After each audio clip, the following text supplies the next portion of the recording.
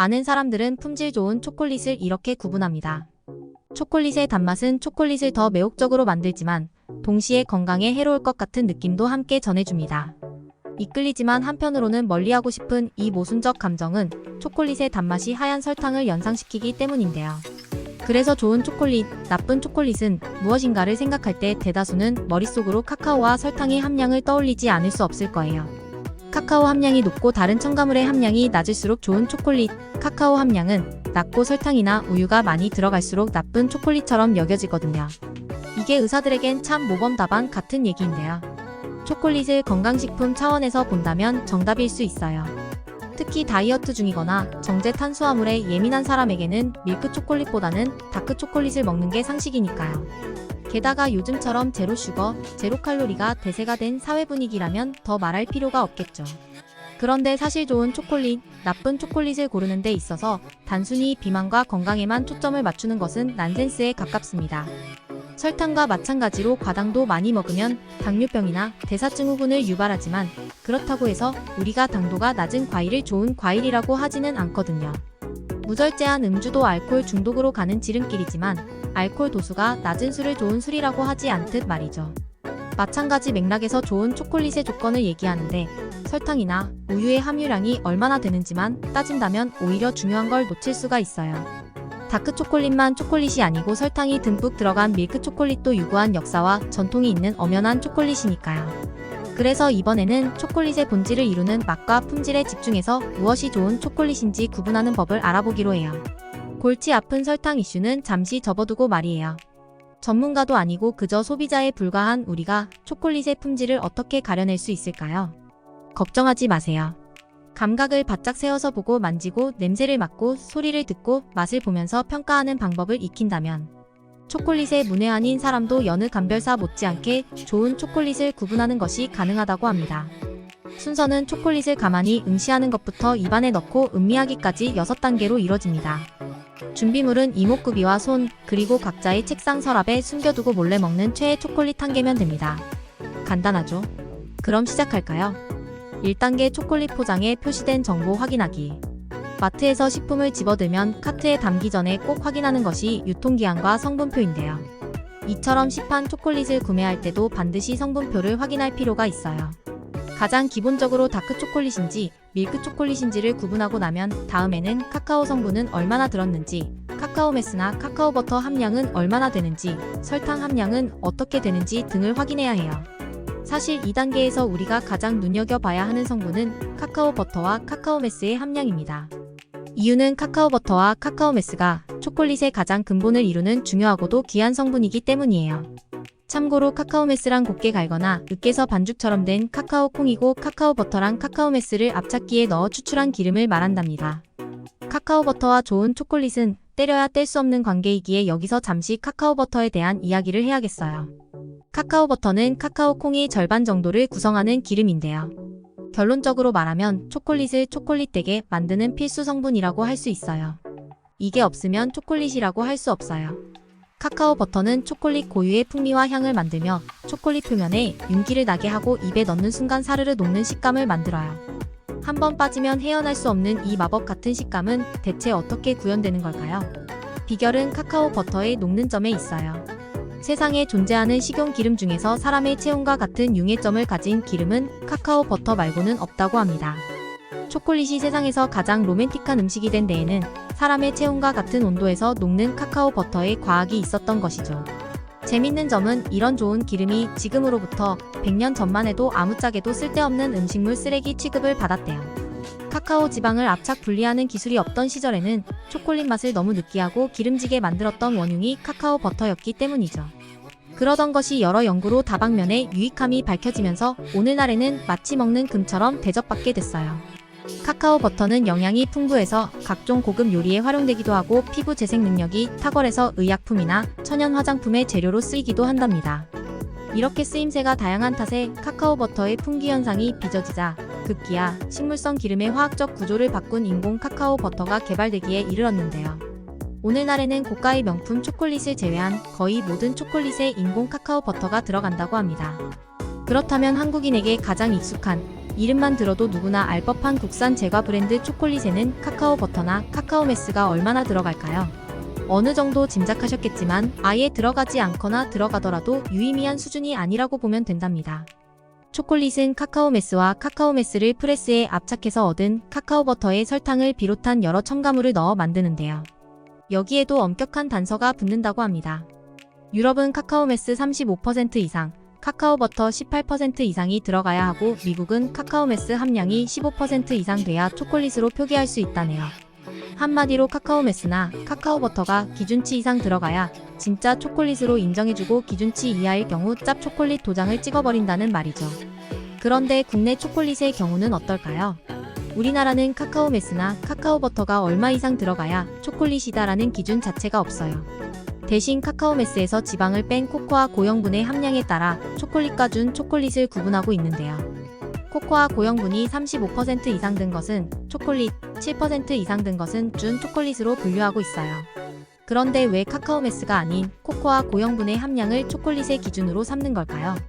사실 이 부분은 조금 이해하기 어렵고 아쉬워요. 카카오 콩의 유효하고 좋은 성분들은 카카오 메스에 다 들어가 있으니 초콜릿의 본질은 카카오 메스, 카카오 버터에 있지 코코아 고형분에 있는 것이 아닌데 말이에요. 이처럼 카카오 메스, 카카오 버터 함량에 대한 규정이 없는 탓에 국내의 제과 업계에선 카카오 메스 대신 코코아 고형분에 전지분유를 섞은 코코아 프리퍼레이션을 넣고 카카오 버터 대신 식물성 유지를 넣어 만든 것에 초콜릿 혹은 준 초콜릿이라는 이름을 붙여 팔 수 있었던 것이죠. 카카오 메스, 카카오 버터가 과연 얼마나 들어가야 진짜 초콜릿인가? 해외에선 오래전부터 이 문제로 논쟁을 벌여왔는데요. 함량 기준을 얼마로 잡을 것이냐는 문제는 차치하고라도 카카오 메스, 카카오 버터가 들어가야만 진정한 초콜릿이다 라는 기본 명제조차도 우리에게 큰 혼란을 줍니다. 이 기준대로라면 우리가 지금껏 초콜릿으로 알고 먹었던 거의 모든 국산 제과 브랜드 초콜릿이 사실은 초콜릿이라고 불러선 안 되는 가짜 초콜릿이 되어버리기 때문이에요. 2단계 초콜릿의 표면을 눈으로 살펴보기. 내가 선택한 초콜릿이 1단계 허들도 넘지 못해 낙담한 분들이 적지 않을 텐데요. 그래도 실망하기엔 아직 이릅니다. 고품질의 천연 카카오 메스와 카카오 버터가 들어간 초콜릿은 수입 고급 초콜릿에만 해당하는 것이고요. 그 외에도 좋은 초콜릿을 가름하기 위해 여러 가지 따져봐야 할 게 많기 때문이에요. 포장을 벗기면서 일단 표면과 색상을 살펴보세요. 초콜릿의 색상은 원료의 색, 원료의 조성 비율에 따라 달라질 수 있는데요. 카카오 메스가 많을수록 더 어두운 색이 된답니다. 그런데 카카오 함량이 높은 다크 초콜릿이라고 해서 완전 검정에 가까운 것은 또 아니라네요. 다크 초콜릿은 짙은 마호가니 색으로 검고 불그스름한 광택이 나는 것이 최고급 품질을 드러내는 이상적인 색상이라고 해요. 반대로 밀크 초콜릿은 너무 어둡거나 탁하지 않고 선명한 밝은 밤색에 가까울수록 상등품이라고 합니다. 색상 이에도 눈여겨봐야 할 것이 광택의 유무입니다. 품질이 높은 초콜릿일수록 표면에 매끄러운 윤기가 흘러 아름답고 정교한 겉모습을 자랑한다고 합니다. 초콜릿의 매끄러운 질감을 만드는 요소에는 카카오 버터의 사용 여부, 템퍼링 공정, 초콜릿 몰드의 상태가 있습니다. 초콜릿 몰드란 쉽게 말해서 액체 상태의 초콜릿을 여러 가지 모양으로 성형하는 틀을 말하는데요. 초콜릿 몰드의 세척 상태가 좋고 몰드에 고가의 공정이 들어갈수록 매끄러운 광택이 흐르는 아름다운 초콜릿이 나오게 된답니다. 다음에는 초콜릿 표면에 밀가루 같은 흰색 가루가 있나 확인해 보세요. 초콜릿 포장을 뜯었을 때 가끔 흰색 가루나 흰색 반점이 표면에 묻어있는 초콜릿을 마주하는 경우가 있어요. 이것은 초콜릿 가루가 아니고 초콜릿 내부의 지방분이나 설탕이 표면으로 올라와서 굳는 현상이며 전문 용어로 블룸 현상이라고 해요. 어떻게 보면 하얗게 곰팡이가 피운 것 같기도 하고 서리가 앉은 것 같기도 한 모양새인데요. 외국 사람들은 이걸 두고 마치 하얀 꽃이 핀 듯하다 하여 블룸이라는 이름을 붙였나봐요. 블룸 현상은 초콜릿 내부에 지방분이 올라와서 생기는 팻 블룸과 설탕이 녹았다가 다시 굳어지면서 생기는 슈거 블룸으로 나뉜다고 해요. 이런 블룸 현상은 온도를 조절하면서 초콜릿 결정 상태를 안정화하는 템퍼링 작업이 잘못되었을 때나 유통 과정에서 온도, 습도 관리가 잘 안 됐을 때 발생한다네요. 블룸 현상에 대한 설명은 이 정도로 끝내고 우리가 시급하게 해결해야 할 질문이 하나 있죠. 그래서 그런 초콜릿 먹으면 어떻게 돼? 죽어? 결론부터 얘기하면 먹어도 안 죽을 뿐더러 인체에 아무런 해가 없으니 안심하고 드세요. 단지 온도나 습도의 변화에 따라 초콜릿의 결정이 변화한 것뿐이지 화학적으로 변한 것은 아니기에 녹여서 재사용해도 아무 문제가 없대요. 다만 갓 만들어진 신선한 상태일 때와는 당연히 맛의 차이가 있을 수밖에 없어요. 미관상으로도 먹고 싶은 욕구를 떨어뜨리는 것도 사실이고요. 그러니 초콜릿에 블룸이 없다고 해서 아무데나 두지 마시고 밀폐된 용기에 넣어서 서늘하고 건조한 곳에 보관하는 것이 좋아요. 그나저나 좋은 초콜릿 하나 고르는데 왜 이리 눈알을 부지런히 굴려야 하며 따져야 할 것이 많은지 모르겠어요. 피곤하게 말이죠. 그런데 사실 좋은 초콜릿을 고르려면 눈이 일을 많이 해야 하는 것이 맞아요. 눈이 제일 바쁘게 움직이고 나면 나머지는 그저 거들 뿐이죠. 여기까지 따라오셨으면 이미 절반은 지난 거예요. 조금만 더 힘을 내시길. 3단계 초콜릿을 손으로 만져보기. 눈으로 스캔하는 작업이 끝났다면 다음에는 손가락이나 입술을 초콜릿 표면에 살짝 대보세요. 그리고 초콜릿 표면이 비단결처럼 매끈한지 아니면 샌드페이퍼처럼 거친 느낌인지 확인하세요. 좋은 초콜릿일수록 입자가 작고 고와서 까슬까슬한 느낌이 없다고 합니다. 입자 확인이 끝났다면 손가락으로 초콜릿 표면을 살짝 누른 상태에서 체온에 의해 초콜릿이 얼마나 빨리 녹는지를 관찰하세요. 손가락을 댔자마자 끈적거리는 느낌이 들면서 지문이 찍히면 템퍼링이 잘 되지 않은 것이라고 합니다. 템퍼링이란 용어는 자꾸 들어도 별로 친숙해지지 않는 느낌이죠. 템퍼링에 대해 다시 한번 쉽게 설명하자면 초콜릿을 녹이고 식히고를 반복하면서 초콜릿 안의 지방분을 가장 안정적인 결정 형태로 만드는 작업을 말하는데요. 템퍼링이 잘 되면 초콜릿 맛이 좋아지고 표면에 윤기도 나고 블룸 현상도 막고 표면이 끈적거리지도 않고 암튼 좋은 초콜릿을 만들기 위해 꼭 필요한 작업이라고 하네요. 4단계 초콜릿 냄새 맡기. 포도주의 품질을 감별하기 위해 필수로 해야 하는 과정이 있죠. 입에 넣기 전에 냄새를 맡아보는 건데요. 초콜릿도 예외일 순 없습니다. 초콜릿 냄새? 다크 초콜릿에선 더 진한 카카오 향이 나고 밀크 초콜릿은 더 진한 밀크 향이 나겠지. 냄새 맡아봤자 뭐 특별할 게 있겠어? 라고 생각할 수 있어요. 초콜릿을 먹기 전에 냄새를 확인해야 하는 이유는 두 가지가 있어요. 첫 번째는 초콜릿 몰드에서 금속성 냄새나 화학 처리된 약품 냄새, 견과류 쩐내 등의 잡내가 나지 않는지를 확인하기 위해서. 두 번째는 커피 원두처럼 초콜릿의 향 자체를 즐기기 위해서입니다. 초콜릿에는 사람을 끌어당기는 향을 발산하는 1000가지가 넘는 물질이 있다고 하는데요. 좋은 초콜릿일수록 잡내 없는 초콜릿 본연의 깊고 그윽한 향기에 냄새만 맡아도 기분이 좋아진다고 해요. 그래서 초콜릿 향이 각종 향수나 방향제에 애용되나 봐요. 5단계 초콜릿을 부러뜨릴 때 나는 소리 들어보기. 냄새까지 맡아봤으면 초콜릿을 먹기 전에 꼭 해야 하는 작업이 있죠. 먹기 좋은 크기로 초콜릿을 조각내는 것인데 지금까지는 그저 초콜릿을 입안에 넣기 위해 무의식 중에 이 작업을 수행했다면 이제부터는 초콜릿을 쪼갤 때 어떤 소리가 나는지 귀를 쫑긋 세우고 들어보세요. 좋은 초콜릿은 다크 초콜릿, 밀크 초콜릿 구분할 거 없이 쪼갰을 때 딱 혹은 똑 하는 맑고 깨끗한 소리가 난다고 하네요. 이유는 초콜릿의 훌륭한 식감을 위해선 카카오 지방의 밀도를 높이고 지방 조직을 안정화하는 작업이 중요한데 이런 작업이 잘 된 초콜릿은 부러뜨렸을 때 둔탁하지 않고 깨끗한 소리가 나기 때문이라죠. 손을 갖다 대는 즉시 흐물거리면서 녹기 시작하는 초콜릿을 상상해보면 조직감이 단단하고 부러뜨릴 때 깔끔한 소리가 나는 것이 왜 중요한지 알 수 있을 거예요. 팁 하나 더. 부러뜨릴 때 부스러기가 생기지 않고 절단면이 깨끗하게 잘리면 금상첨화라고 하네요. 6단계 초콜릿 맛보기. 이제 대망의 마지막 단계인 맛보기입니다. 달콤한 초콜릿 한 조각이 입에 들어오는 순간 잘근잘근 깨물어 삼키고픈 충동을 억제하기가 쉽지 않은데요. 독한 마음으로 이겨내시고요. 절대 서두르면 안 돼요. 당 떨어졌다는 핑계? 비겁한 변명입니다. 순간의 충동을 이기지 못해 우걱우걱 씹어 삼키면 지금까지의 모든 노력이 허사가 돼요. 초콜릿 맛보기는 좋은 초콜릿을 구별하는 사실상 가장 중요한 단계거든요. 초콜릿이 최종적으로 식도를 타고 위장에 들어가기 전까지 인내의 끈을 놓쳐선 안 돼요. 와인 소믈리에는 와인을 입에 머금고 숨을 들이쉬고 혀로 마사지하듯 굴리고 식도로 넘기기까지 10단계가 넘는 음미의 과정을 거친다고 하는데요. 그 정도까진 아니더라도 좋은 초콜릿을 감별하기 위한 약간의 혀 놀림은 필요해요. 잠깐 소믈리에에 빙의해볼까요? 작은 초콜릿 조각을 혀 위에 올려놓고 천천히 녹이세요. 좋은 초콜릿은 단단한 밀도를 자랑하지만 혀와 닿는 즉시 녹기 시작할 겁니다. 초콜릿이 입안에서 거의 다 녹으면 혀를 살살 굴리면서 초콜릿의 조직감을 느껴보세요. 지금부터는 미래가 활약할 시간입니다. 초콜릿의 달달하고 씁쓸하고 시큼한 산미가 조화를 이룬 진한 풍미가 폭풍처럼 밀려들지만 잠깐 스킵하시고 초콜릿이 녹은 액체의 입자와 질감에 집중하세요. 입자가 까끌거리거나 거치면 안 됩니다. 좋은 초콜릿일수록 실키한 느낌을 전해준다고 해요.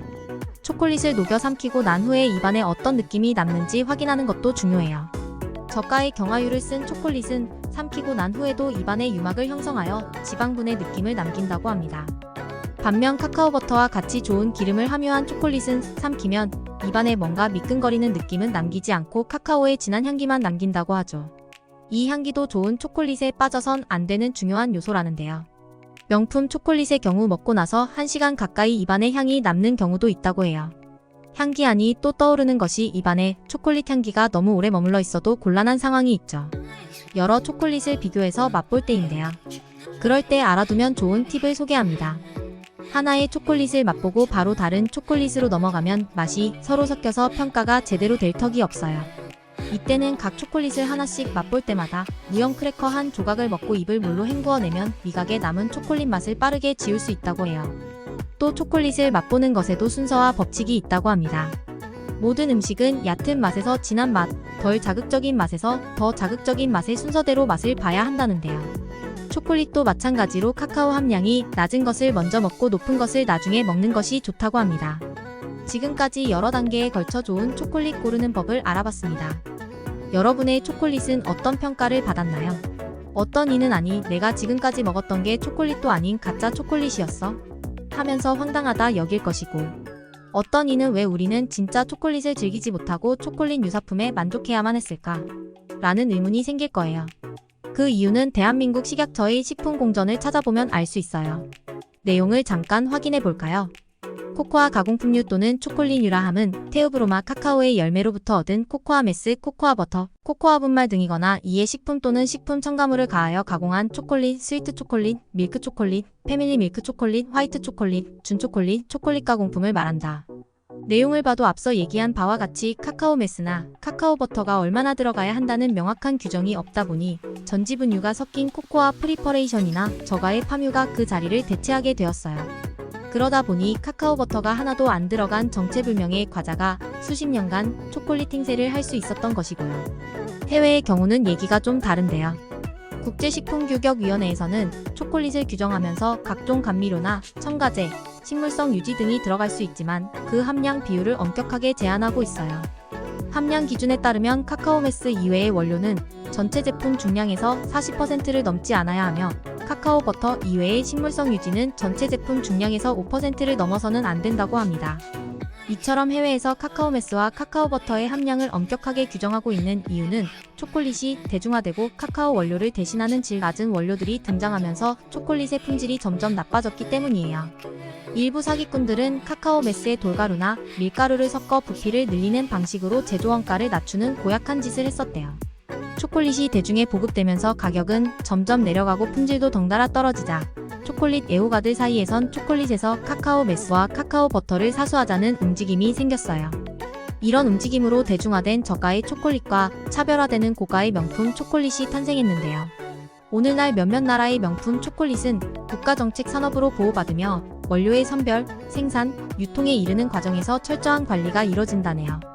카카오 열매는 맛과 향이 깊고 오래가는 크리오요 종 1등급 열매를 사용하며 카카오 농장은 제조사에서 직접 관리하고 카카오 버터 외에 다른 기름은 일체 사용하지 않으며 생산 과정에서 경력 기술자만 쓴다고 해요. 심지어 카카오 농장에는 삼엄한 경비가 붙고 농장의 위치를 아는 사람은 회사 내에서도 소수일 정도로 극비사항이라죠. 이렇게 탄생한 명품 초콜릿 브랜드 중 하나가 바로 프랑스의 발로나와 벨기에의 고디바인데요. 이들 명품 초콜릿은 평범한 월급쟁이는 냄새 맡는 것도 부담스러울 정도로 사악한 가격임에도 불구하고 워낙 맛과 품질이 좋아서 전 세계 초콜릿 애호가들의 꾸준한 사랑을 받고 있어요. 그건 그렇고 발로나, 고디바 같이 왕의 DNA를 자랑하는 초콜릿이 우리와 무슨 상관이길래 이리 장황한 설명을 하는 것이냐고 궁금해하는 분들이 있을 텐데요. 이처럼 양질의 천연 원료를 쓴 초콜릿에는 상상하는 것 이상의 노력과 비용이 든다는 사실을 말하고 싶었어요. 오늘 소개한 좋은 품질의 초콜릿을 고르는 방법도 따지자면 초콜릿의 역사와 전통, 품질이 지켜지길 원하는 유럽 애호가들의 기준이에요. 그리고 그 기준대로라면 우리가 여태껏 살면서 먹어왔던 대부분의 초콜릿은 자격 박탈을 당하겠죠. 우리나라는 1950년 한국전쟁 발발 후 미군에 의해 초콜릿이 본격적으로 소개됐어요. 전쟁에 참화로 헐벗고 굶주린 아이들은 미군 트럭을 쫓아다니며 기브미 초콜릿도 기브미 껌을 외쳤고 그렇게 얻어먹은 초콜릿에 평생 잊을 수 없을 정도로 강렬한 인상을 받았어요. 전쟁이 끝나고 동양제과와 혜태제과에서 최초의 한국형 밀크 초콜릿이 나오면서 초콜릿이 대중화되었는데요. 그때는 카카오 버터와 카카오 메스를 싼 식품 원료로 대체하더라도 최대한 많은 사람이 저렴한 가격에 초콜릿을 먹을 수 있도록 만드는 것이 관건이었어요. 저렴한 식물성 기름과 분유가 사용되며 코코아 고형분이 기준이 되는 한국식 초콜릿의 역사가 그때부터 막을 연 것이죠. 이제 눈앞에 놓인 초콜릿을 두고 헤어질 결심을 해야 할지 아니면 좋은 관계를 계속 유지해야 할지 결정할 일만 남았어요. 개인적인 생각은 그래요. 어쨌거나 유럽 기준으로 품질이 한참 열화된 것은 사실이라서 이게 K초콜릿이다 하고 내세울 일은 아니지만 그래도 우리에게 저가형 초콜릿류가 보급된 배경은 어느 정도 고려해서 판단할 필요가 있지 않나 싶어요. 그래서 여러분이 준비한 초콜릿이 이번 품질 검사에서 낙제점을 받았어도 혹은 유사 초콜릿이란 사실을 알게 됐어도 실망하거나 노여워하지 마시라는 얘기를 조심스레 하고 싶어요. 유럽의 기준과 품질에 한참 못 미친다고 해서 그것이 오랜 세월 곁에서 친구처럼 함께 해온 초콜릿을 멀리할 이유는 없다고 생각해요. 예전부터 그래왔고 앞으로도 우리가 초콜릿으로부터 기대하는 것은 소소한 입안의 행복, 잠시 있는 삶의 고단함, 정서적인 위안 정도이지 고가의 수입 명품 브랜드를 소비한다는 자부심이 아니기 때문이죠. 오늘 영상 재미있게 보셨다면 구독, 좋아요 부탁드립니다. 여러분의 관심은 영상 제작에 큰 힘이 됩니다. 다음에는 더 유익하고 재미있는 영상으로 찾아뵐게요.